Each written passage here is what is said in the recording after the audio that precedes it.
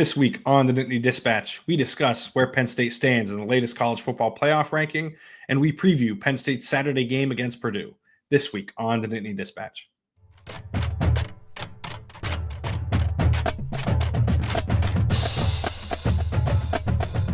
Hello and welcome to the Nittany Dispatch. I'm John Sauber, Penn State beat writer at the Center Daily Times. She's Audrey Snyder, doing the same at The Athletic. And this is probably the most underwhelming game the rest of the season, Audrey. Probably the most underwhelming the whole year, John. Yeah. Well, no, I take Kent State, but at least there was like it's early. You had some excitement to it. Yeah, it feels like a bye week, if I'm being honest. More so than I think any, like you mentioned Kent State, like that was coming off of the bye, right? Kent State was, and it was listen, Kent State's one of the worst teams in the country by far. Purdue's outside the top 100 in pretty much every metric that matters. The worst Power 5 team, by far the worst Big Ten team.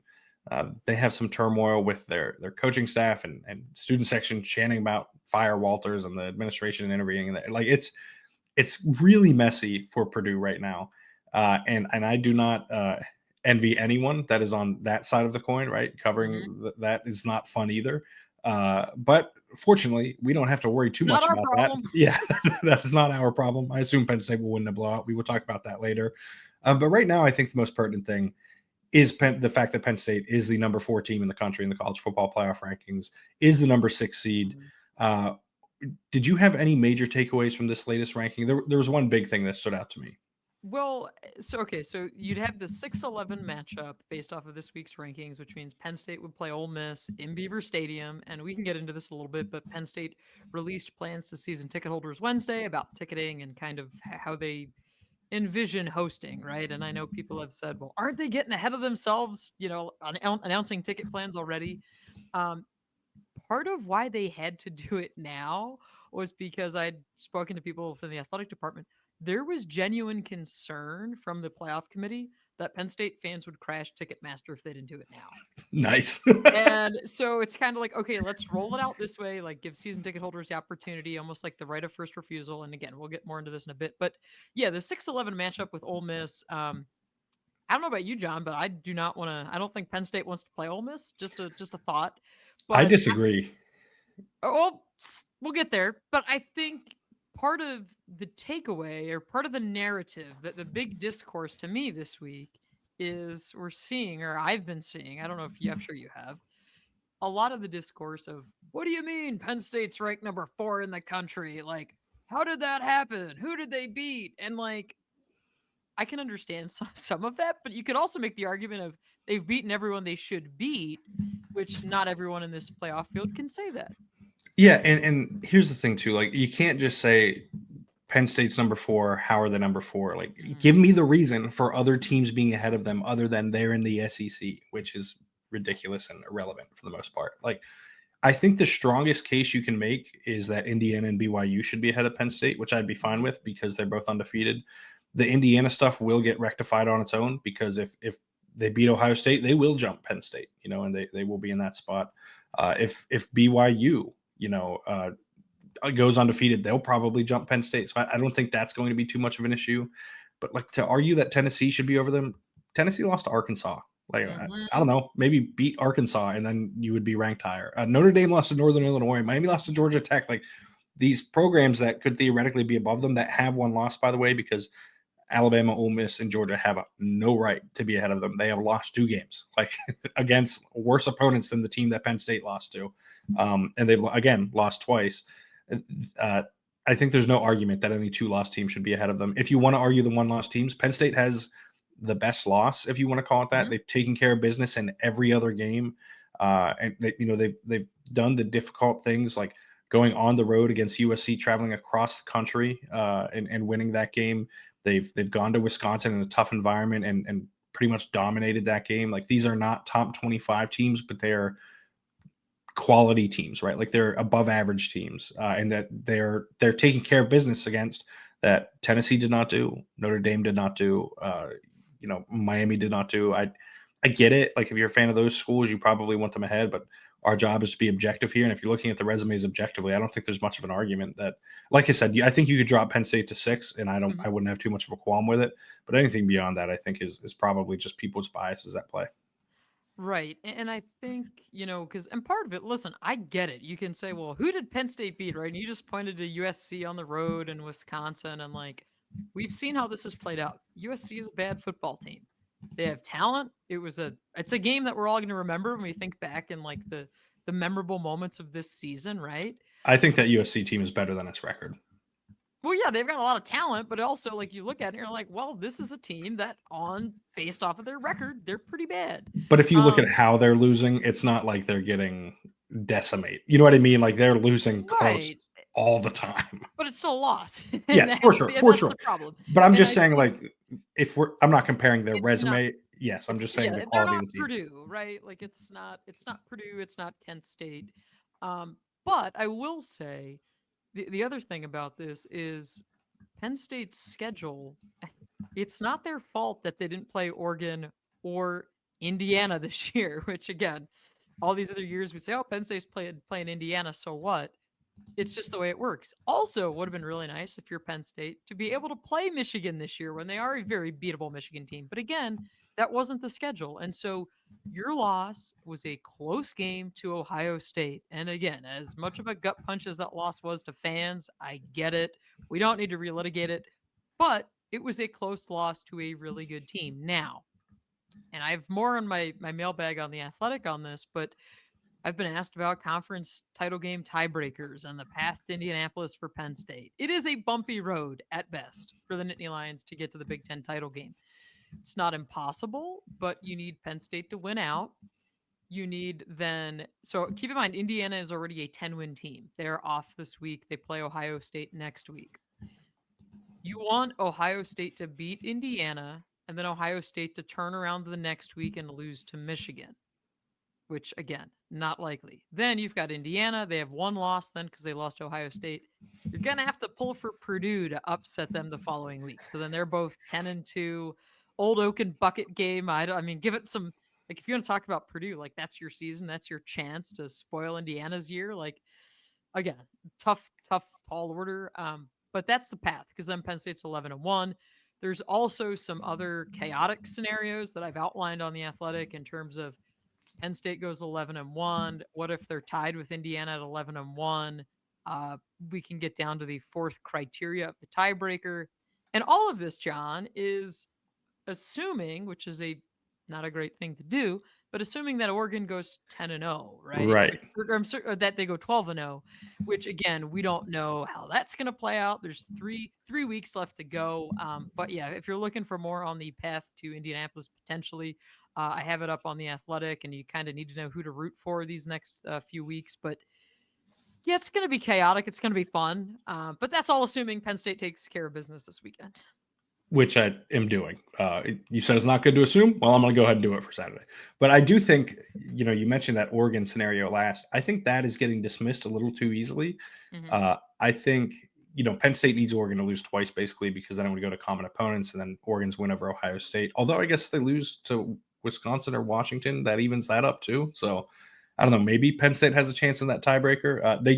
They beat Indiana pretty much in every scenario if they have the same record. As long as Indiana's losses to Ohio State, Penn State will end up ahead of Indiana in the Big Ten standings, as long as Penn State goes undefeated, because of the tiebreakers. And it would come down to it's the combined record of conference opponents, and mm-hmm. Penn State's conference opponents have been better than Indiana's conference. That's opponents. The fourth criteria. Yes. That's the fourth one. Yep. But I think Oregon losing to Wisconsin or Washington is on the table because Dan Lanning hasn't beaten Washington. And I know this Washington team is not nearly as good as last year's or other ones. Mm-hmm. But they have not beaten Washington. They've struggled in these big games before. We've seen it in the past. Not dismissing the fact that they can go 12-0, but a loss is on the table, and that could get really chaotic. So I am not saying Penn State has no chance to make the Big Ten title game. It's definitely on the table, probably like a 5% chance. But it's still there and still meaningful. So while it looks like Penn State's going to host a playoff game as long as they win out, there is a world where they're a top 4 seed. And I think that is fascinating. And one of the, after the Ohio State loss, one of the more improbable scenarios that once you sit down and look at it, is a little more likely than maybe anticipated. John, can we dive into this question? I've seen it. I've heard a lot about it. I know fans are talking about it. Is it better for Penn State to not make the Big Ten title game No, than to no. say, "Hey, you're yeah." Let me just outline it, right? So there's a portion of the fan base that's the thinking is, okay, would you rather have Penn State go to Indianapolis, play Oregon, and lose, or just not make the Big Ten title game at all? I think, and again, you and I have not talked about this. You want to do everything you can to get to Indianapolis because that's why you play. You play to win championships. If you win the Big Ten, then you get a bye.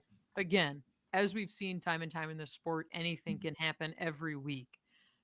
So again, I was kind of not surprised. I was surprised when I saw that, and people are thinking that now.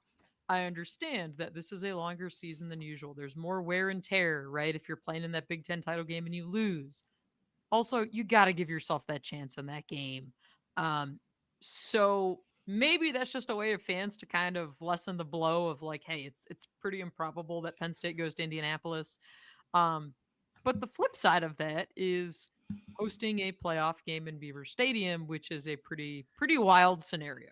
Yeah, I would much rather be in the Big Ten title game and simply go win the Big Ten title game if I am one of these teams. I think it's a massive advantage to have that bye week.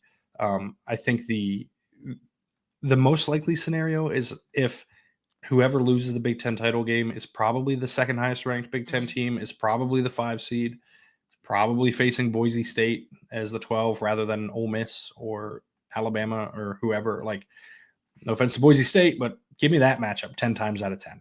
Ashton Genty's really good. Don't care. Like, would much rather deal with that than all of the problems that those other programs bring. Yeah, I think it's not particularly close. You want to be in the Big Ten title game. You want to win the Big Ten title game, obviously, but you want to be there and give yourself a chance and face the worst team in the playoff, right? Like, that's the thing about, even if you lose that, you're the 5 seed. Uh, you're That's the probably ideal facing the spot. 12 seed, Five is the yep. right? Like, That's the money so line. Yep. so even if you lose, you're lining yourself up to be in a good situation. And if you win, like, you're the 1 seed. You're the number 1 team in the country. You won the Big Ten. Like, what is there to complain about? So I think very much Penn State should try to win Big Ten titles. Yes, it wasn't clear before. You play to win the game. Yes. Let's take a brief break from the podcast to discuss our good friends over at Roback. As you can tell from the hoodie I'm wearing, if you're watching on YouTube, I am wearing Roback most of the time. I actually think this is the first time in a long time I haven't worn a Roback hat on the pod, strictly because the Eagles play tonight. Go Birds. But if you would like Roback gear, you can get some for yourself. And you get 20% off your first order with code TND20 over at roback.com. That's TND20 as in the Nittany Dispatch 20.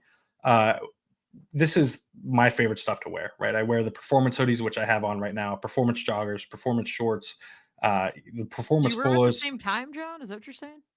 Yes, The I pants do. and the shorts? No, not the shorts, the hat, the hoodie, the shorts, even the Yeah. t-shirts I wear. The performance tees are great as well. My favorite stuff to wear, whether I'm lounging around, whether I'm golfing, whether I'm working. I pretty much got it on at all times. I'm on the Roback email list and have been for quite some time. Yes. So I did get their holiday shopping guide, and they now have toddler apparel. So if Oh, your people are out there shopping for their children, nieces and nephews, whatever it may be, there is toddler apparel now, which is a new adventure for them. yeah, and I can't recommend it enough. Whether it's for your friends, for someone else, or for yourself in the holidays, that always helps out. Code TND20 gets you 20% off over at roback.com on your first order. Now, back to the show.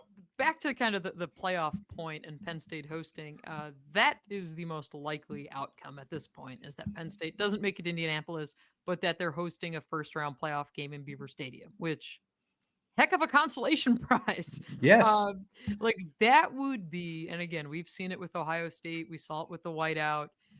This town would be next level. Again, season ticket holders have until next Friday, which I believe is the 22nd. Yeah. 22nd at 11:59 p.m. Eastern time to go on Ticketmaster to their account and put in their claim, their request for the playoff game. Again, if Penn State doesn't make it, if they're not hosting, Fans will get their money back. Or I'm sorry, they won't be. I guess they won't be charged at that point unless Penn State makes it. Student season tickets are not available yet, but Penn State does plan, and this is where it gets really, again, you guys know I'm a logistical weirdo with these things. Penn State does plan to have the usual allotment of 21,000 student tickets available should they host a playoff game. The interesting thing that all of these teams hosting face is nobody really knows how many students are going to show up because this aligns with winter break. And so I reported this week that Penn State plans to keep the dorms open for students through that Sunday. They'll keep the dining halls open for students through that Sunday, which again, the first round playoff games would be played Friday or Saturday. There's a triple header on Saturday, single game on Friday. I can tell you, Penn State has already been lobbying a lot behind the scenes to say, hey, we do not want the Friday game, as I'm sure many of their fan bases are doing.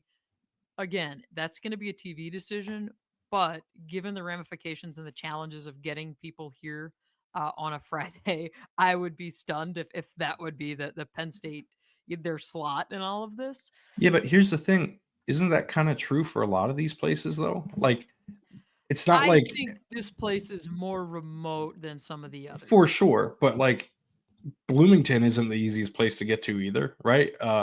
You're what? You're an hour and a half from Indianapolis? You're an hour and a half from Indianapolis, but Yeah, like we're what, 3 hours to Philly, close to 3 to Pittsburgh? it's only an hour and a half closer. Like you know what I mean? Like in Indy isn't the same size as You Pittsburgh and also have Philly a and normal airport there. Here you don't. We don't yes. need to relitigate the small runway. That's true. Um, I I mean, think like I Penn State can lobby all at once. mhm. One, I am rooting for Penn State to have the Friday night game. I think that We is get to watch more football on Saturday. yes, that is I would why I love it want too. that. But like, I think it would also make a lot of sense to have a Penn State night game for this, right? So whether it's Saturday or Friday, I think Mhm. you probably want Penn State and whoever they're playing because I would guess it would be one of although I say this, all of the matchups are massive, right? But Yeah. I would think that the brand appeal with Penn State specifically would be really enticing for a Friday night or a Saturday night game. Yeah, I don't know. I like I said, I prefer it. I'm sure fans wouldn't, which I completely understand. Uh, I mean, let's be honest though, John. If they're playing Friday night, everybody's taking off work Friday yes, anyway. So I can warm up to the idea. I guess though where it would get a little more interesting is how many, well, even though if you made reservations, you probably people booked to be here, I would imagine Friday night, Saturday night. yeah, So you're probably like you're okay either way. I guess I could warm up to the idea. Yeah, could you imagine? I'm sure we'd run into one of those scenarios where Penn State, or no, they wouldn't even have to because it's the Friday of finals week, so you don't even have to cancel class because it's right. you know it's Everything's pretty much wrapped up, and so like I don't know. I think a Friday night game is pretty good. I also Mhm. think it's probably to Penn State's benefit if they don't make the Big Ten title game to play sooner and have a longer break, like have an extra Yeah. day between that and a second round game if they win that game. I think most of the stuff would be rolling in Penn State's favor to have that Friday night. And I know logistically it's a nightmare. I think the place is going to sell out either way.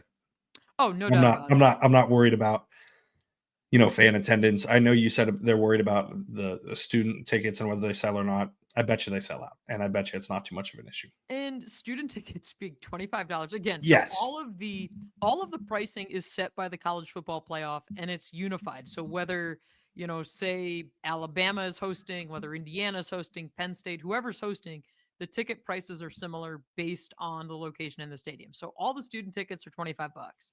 Now, your club seats, those types of things are different. But the money from ticket sales, which I think is important to note for fans, the money from the tickets goes to the playoff, not Penn State. So Penn State, yes, it's a home game, but it's the playoff show, not Penn State show, which I think is going to be an important distinction. So Penn State gets the money from parking and concessions, which basically makes it a wash with the cost of game day operations and the building. The visiting team gets a travel stipend that is supposed to like exceed their travel costs. So it basically, there's really no financial windfall whether or not you're hosting or traveling. But obviously, the local economy gets that. And then the Big Ten would have a portion of the money that they would have to figure out how they're going to distribute. So there's all these things. But visiting teams would get 3,500 tickets allotted to them and 1,500 of those have to be in the lower bowl. And if they want to bring their band, that comes out of those 3,500 seats. So that's going to be interesting as well. But now the important thing I think here is Penn State didn't have to allow 21,000 student tickets. Like they could have lessened that number. But you want all of these places should want the rowdy student atmosphere, the student sections, right? And again, like you can't make any more money off of them because the playoff sets the tickets. So there's really no benefit to changing. I've been asked quite a bit in the last couple days, will there be a general public sale? I don't think we're going to see that because again, Penn State's season ticket base is 90,000 plus, right? And then you're going to have the visiting tickets in there as well. But again, the big thing is going to be how they ticket to students, which Penn State's still working through. They'll have that information out here in the next couple weeks. But it seems like they're leaning toward kind of a request system. And hey, if you want to go, let us know. But again, it was interesting that Penn State got that information out there. Season ticket holders can still get their same parking as well. But yeah, there are a ton of weird, quirky logistical things that I'll be outlining on The Athletic about potentially hosting a playoff game. Yeah, and listen, all of this is important because Penn State has kind of earned this right so far, and they have to keep doing it. And Mm-hmm. we are downplaying correctly Purdue, but that Minnesota game is not going to be as easy as I think some people want it to be. Yeah. But it's a game that Penn State should win, and Maryland is absolutely a game that Penn State should win. And for the first time, this program is in position to do what it hasn't been able to for the last decade, and that's make the playoff. And this I is thought you were this going to say something else. Never mind. this is one of the things that I wanted to touch on here. It's not just in position to make it. They're in a pretty good spot to, if they can win in the first round, make the Big semifinals. if. Right. But like, Hmm? listen, if you're the 5 seed and you lose in the Big Ten title game, if they make it, and you're facing Boise State, I like their chances. I would be surprised if Ole Miss is sitting at number 11 when this rolls around, right? Like it's just going to shake up between those numbers. Whoever Penn State faces is going to be a tough opponent, no doubt. But that is a game that Penn State can win and probably will be favored to win because they have it at home. Then you look at the second round, and it's probably an ACC or Big 12 team sitting there waiting for the 6th seed, which is where Penn State is very likely to end up, assuming they don't make the Big 10 title game and they win out. I would be stunned, frankly, if they're 11-1 outside of the Big 10 title game and not the number 6 seed by the end of the season. And so you look at those matchups, it's like, okay, it's Miami or SMU in the ACC, or BYU or Colorado in the Big 12, and if I'm Penn State, none of those teams scare me. Like those are not just winnable games; they are games that they should win, and I would guess they would be favored by at least a touchdown in. And all of a sudden, they're in the top four, right? The thing that they Yep. also couldn't achieve for the last decade and had to wait till the playoff expanded, and they could be in that realm. So the path is there for them to make an actual run in this too, and I think that's important because we talked about they no, who cares until they beat a big time team, right? That will still be true, but they might not have to face that big time of a team, that tier of team until the semifinals, and then they've made a run to the Final Four essentially, and they're in a spot to prove everyone wrong, and with the confidence that comes with winning 2 playoff games too, that could really help propel them forward, and I think we could be looking at a pretty like a definitive season of what this era of Penn State football has been and can be because of all that, right? Because everything is kind of lining up in their favor, even though they lost the game that they can never win. They, who knows? Like, But John, there's a very real chance that they face Ohio State in one of these games down the okay, road. that's where I was going to go. That's where I was headed. And I think, and I've outlined this a little bit on The Athletic in my mailbag that's up this week, in terms of teams you want to see, don't want to see in the playoff. If you're Penn State, I think you absolutely want to see Ohio State again. And that was something, excuse me, something that we heard from players shortly after that game. I remember Kobe King looking at his watch and saying, all right, let's line it up right now. 7:30, we'll play them again. Um, I think you take that matchup with the familiarity, the fact that you're always seemingly close. And I understand fans will say, yeah, we're always close, but we never win. You've got a shot, right? Like, I think to me, you want the familiarity in that instance. Now, of course, that works the other way, and they're very familiar with you. We know your thoughts on Will Howard and why you kind of want that matchup. Yeah, I think that would be, you talk about a mega crazy awesome matchup. I would totally, again, not like I'm paying to go to these games anyway, but I would totally Right. want to see that again. If I was a fan, I would kind of lean into that idea as opposed to trying to be afraid of it or run away from it. Um, Again, you want to be playing your best football at the end of the regular season, and it's tough to gauge that these next 3 weeks. It's going to be really difficult. But James Franklin kind of outlined his checklist Wednesday night after practice, and yes, it's pretty much a checklist that could kind of apply to any football team at any level. But he said, the wide receivers got to be able to get open regardless of who you're playing. You want to see the run game be a little more consistent. You want the pass game to get clicking. Let's see if I remember all this. Defense, eliminate the penalties, and special teams. They've done a nice job of eliminating big plays, but he'd like to see them create one themselves, whether that's a blocked punt, blocked field goal, punt return, kick return, wherever it may be. They You had want a to kick build. return. Well, that yeah, they had a. And by the way, did you catch John? Yes, I He, disagree with him. I was gonna say he disagrees with your assessment. He thought the correct call was made in the last game. Yeah, I Did thought he Luke not? Reynolds had his hands inside of the defender on that play when he was called for holding, and James said that he thought he had him on the outside and took him down. I disagree with that. I mean, it's fine. It's not a big deal. They blew them out anyways. But yeah, I Not a big thought deal. Sounds like you're still worked up about that, John. nope, just making my case. But I thought he was wrong about it. But yeah, they have to. The biggest thing on that list, I think, is the obvious one, right? It's the wide receivers. This is a group that has underperformed all year. Well, not all year, most of the year. At times, it's shown up, but it has to show up collectively, right? And that's And something that consistently. yes, and you kind of have the chance to build the confidence to do that against Purdue. Minnesota's a tough defense. If you do it against Minnesota, like that's a really good sign. Maryland is not going to put up much of a fight in that regard. I think they need to prove down the stretch with these last 3 games that the wide receivers can make a real impact on this offense and not just kind of be bystanders to the success or like one wideout shows up every 3 games. Mhm. Yeah, and that's the big question, right? And it remains the question. It was the question last year, and James Franklin said this week that you're going to see some of these younger players get worked in the mix here these next 3 weeks because of the redshirt rules, and you got to imagine Sasir Denmark is one of those guys that you start to see. We did see Caden Saunders at practice Wednesday night, but again, last week he wasn't on the field. He wasn't in uniform, so He was going ahead of Tyzier Denmark in the drills too, I believe, last night. yeah, I believe Or so. sorry, no, sorry. Denmark was going ahead of Saunders Yes, yes, yeah, in, yeah, in yeah. in the drills last night. And that, so again, like, what does it mean? If anything, we'll see. But again, like, if you're looking for somebody who's automatically going to make an instant impact in this receiving core, you have what you have. Like, nothing's going to significantly change in that regard. Tyler Warren's going to be your best weapon. Is going to have to be the rest of the way. Running backs, don't want to bury the news here. Nick Singleton was at practice Wednesday night. Looked good. James Franklin said they are confident that he will be ready to go Saturday, but and then it's like, hey, it's always a medical decision. But really good sign that Singleton was back at practice. So I really don't think there's going to be much concern there.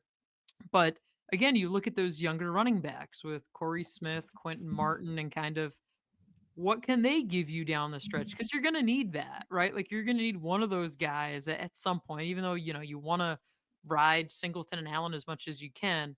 You want to get something from those guys, which I think is part of that. And again, the consistency of that run game has been really interesting to try and figure out, and how you had it earlier in the year, then you lost it. And can they get back to that, right? Like, can you kind of gain some traction on the ground here these next 3 weeks? I think that is super important because as I look outside, John, we're recording this Thursday afternoon.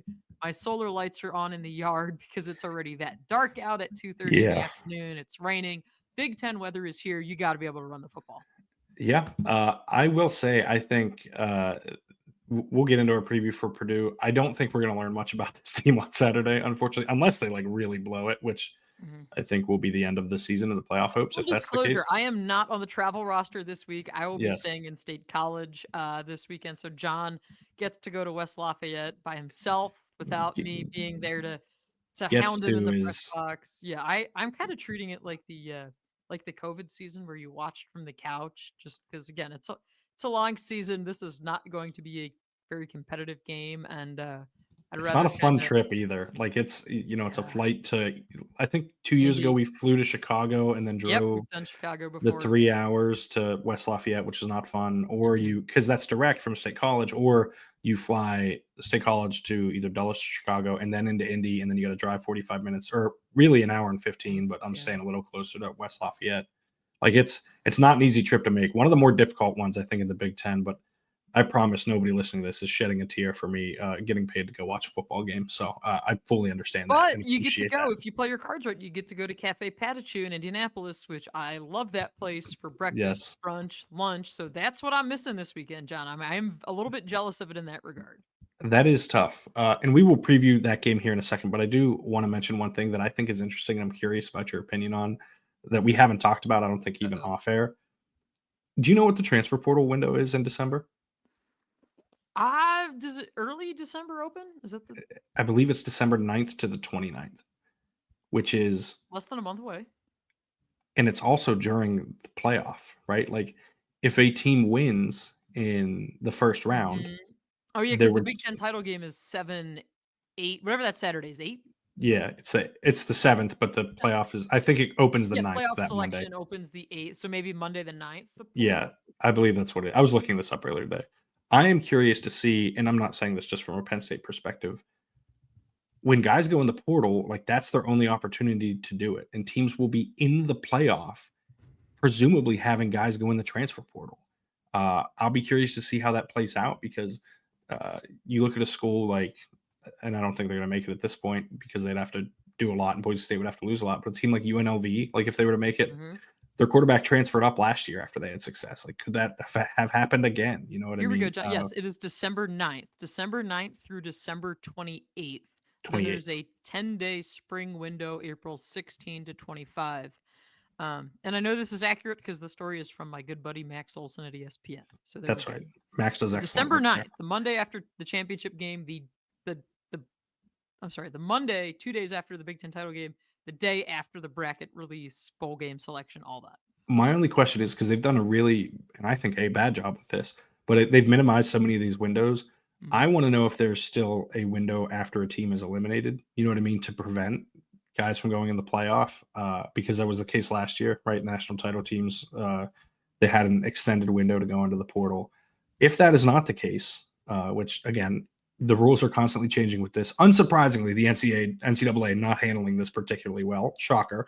But I will be curious to see how that impacts teams and programs as they navigate those waters because I mentioned that we are 2.5 weeks out from the end of the regular season, right? And And those discussions are going to start happening around the country with programs. And so I think it's worth monitoring and something that hopefully will get the NCAA to change the way these windows work. But yeah, something that I am fascinated to see play out. and don't forget, John, what else do we have in December? It's signing day. The Oh, early on signing December period. 4th. They moved it up too. It makes it Mhm. so much worse. So, I mean, think about this, right? From a logistical perspective, if you are one of the teams playing in the Big Ten title game, that week you've got the early signing period, right? So you've got to make sure everything's buttoned up with your players, your recruits, that they're ready to sign. For example, like Penn State always puts on their signing day show, I guess I want to say, in the football building. They announce everybody on the big board, do all that stuff, right? I can't imagine they do that if you're leading up to a Big Ten title game, right? But you gotta you can't ignore the future, but you have to kind of serve everybody here. So you have that. Then you have the Big Ten title game. Learn the next day where you're headed, where you are in the bracket. If you get a bye, if you're not, if you're hosting a playoff game, then the transfer portal window opens that next day, that Monday. Oh yeah, in the midst of all of this, if you have any coaches on your staff that are maybe looking to change jobs, we're going to get hit with that too. Like the coaching carousel stuff everywhere is going to be chaotic. So you have And that layer to it.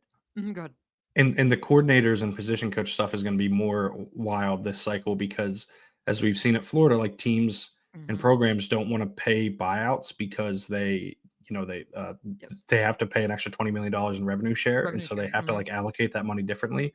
And so I think we're going to see a lot of like what happened at Florida State, right, where all of the coordinators get cleaned out, and all of a sudden Florida State's replacing three coordinators, and I think that will be And to be clear, John's not talking about cleaning out here. but just No, across the sport, to be no, clear. no. Penn State very much, I would expect them to Fine, want to yeah. keep all three coordinators Mhm. next year. But I'm just saying across the sport, what it does do to Penn State is guys like Jaywan Sider might be in play places, right? Someone like Danny O'Brien might be in play somewhere else. Like, I think that is worth monitoring too, because all of those position coaches, all of the continuity that Penn State's had at some of those spots, like, could be disrupted more just because of the nature of the beast this cycle.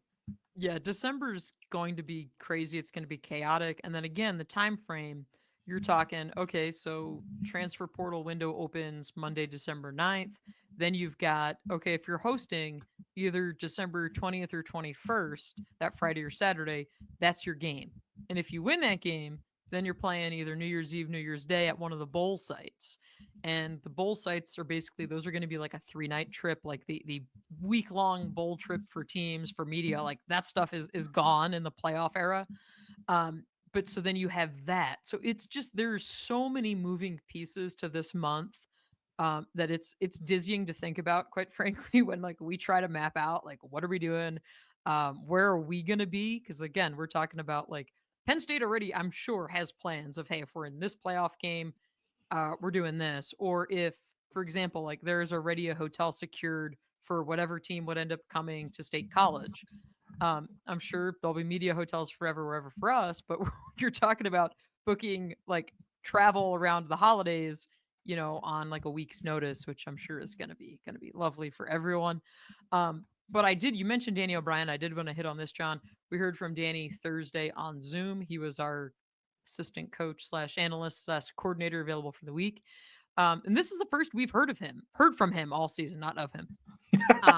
So we've heard many things about him all season, good Some things. Danny O'Brien erasure right there. No, but the first time we've heard from him, I sat down with Danny last spring to kind of outline his role. He was a graduate assistant at that point, and then he said today, given the changes and the analyst roles, the staff roles, the support roles, he was able to slide in and slot in and become that quarterbacks coach.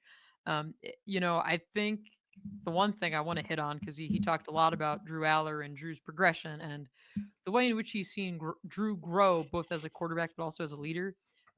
He also was asked about, because remember, Danny lived above James Franklin's garage in like this very nice, what he said was a very nice living arrangement a few years ago. He's since moved on, but he was asked like, how would you rate James Franklin as a host? And he's like, it was really good. He's like, this is one of the nicest places I ever lived, if I'm being honest. And he goes, if it was an Airbnb, I would give him 5 stars. That's good. So there you go. Like, I mean, he told me in the spring that Danny had said when he lived there that it was like, okay, he'd pull in the garage and it'd be like, he goes this way, James goes that way, he goes up to his loft. Then in the morning, it's like, well, we're both in the building all day doing our jobs. Don't really have that much communication. But again, his relationship with James Franklin is so fascinating, and that Danny said he's 34. He's known James since he was 16 and being recruited to Maryland, right? So that is significant. And you talk about having full trust in someone to lead your quarterback room, and the progress that you've seen in there. He also spoke a little bit about Ethan Grunkmeyer and Grunkmeyer's progression and his arm. And he was asked specifically about Drew and Grunkmeyer, and said that Ethan's arm, like the arm strength, is elite. Now, obviously, there are many other things that go into the position, but that I think is important to note. He also talked a little bit about Jackson Smolik, talked, of course, about Bo Prabula. So it was really interesting to hear from him, just because we haven't heard a ton from him. But I wanted to make sure that we were aware that James Franklin was a 5-star Airbnb host. That's the important stuff that you can only get on the Nittany Dispatch. That's why I do we're want to here. say real quick, I tried to look this up. Am I misremembering that Washington and Michigan players could enter the portal after the season ended last year? Probably, John. Probably. Okay, that might be the case. Maybe I just 'Cause made that up. I don't remember. When you said that, I was like, I don't remember, but there's a lot Uh, of things I don't remember this time of year, to be right, honest. and that's the problem. And it's I know Michigan could obviously have players go in because Jim Harbaugh left, and that was part of it too. Right. But I Maybe that's swear what there you're was a thinking. window after. Yeah, it might have been that. So disregard what I said earlier. Whatever. John's just spewing lies here on the Nittany Dispatch. Well, listen, this is part of the problem. I'm not going to go on too long of a tangent with this, but like this is part of the problem. Like they're changing rules and making Mhm. them confusing, right? Like they're this is the transfer window, unless you have these 7 exemptions, in which case you can, you know what I mean? Like they're just open it up. Like just let players transfer whenever they want to transfer. Would make things a million And times John, easier. let's not bury the lead here. When the transfer portal window is open, what does Penn State need to do? Yeah, go find a wide receiver pretty quickly. Yeah, to me, that's the maybe more glaringly than one. obvious. Once again, wide receiver 1. You're going to need one, as are many other teams. You've got to be lined up, ready to go. NIL situation buttoned up, and just kind of make a run at some guys. Yeah, and listen, it's got to be the most important position next year, because Mhm. no matter who your quarterback is, whether it's Drew Allar deciding to come back, or Bo Prabula being the starter, or Ethan Grunkemeyer being the start, like you need wide receivers, no matter what, to make that offense go. But yeah, I think we can probably get into this Purdue game now, and figure out how we think this is going to go in the very predictable way we expect it to go. I think we can go on the record though with this Purdue game now. This is, as you said, as I said, probably the least anticipated game of the season. Do you want to go first? Do you want me to go first with our predictions and who we're talking about on Sunday or Saturday night, actually?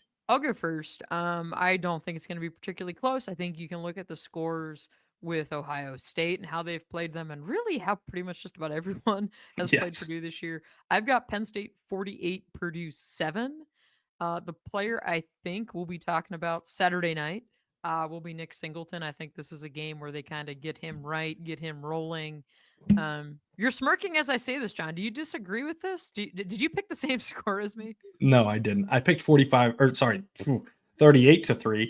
I just can't see Purdue scoring a touchdown even against Penn State's backups. Oh, it's coming. It's coming late. Yeah, even then, they're going to try to preserve the shutout. It's going to be a real late iffy thing. Yeah, I agree, and I think Purdue, to prevent the shutout, is going to settle for a field goal, and everyone is going to get on Ryan Walters for that.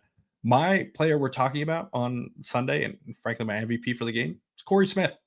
I don't think Penn State's got to use its starting running backs for this game all that long. I wouldn't be surprised if we see Smith rotating in early, and if by the second half this is kind of his game, right? It would make a lot of sense to kind of rest Nick Singleton, to rest Katron Allen, to not load up on the carries in this kind of game. I thought about going with Tysier Denmark here because I do think he's got a chance to play real snaps, especially if it's a blowout, as you kind of acclimate him to. Yeah, John, I hate my pick. That was a dumb pick that I made. Yeah, I hate it too. Don't worry. All the more reason why it's going to be correct. Yeah, and I think you want to rest those running backs, though. I said that in our game preview, which you can find over at centerdaily.com. I said that I think he gets 120 yards and a touchdown. Like I think they're steamrolling Purdue pretty early, and that this one is in hand.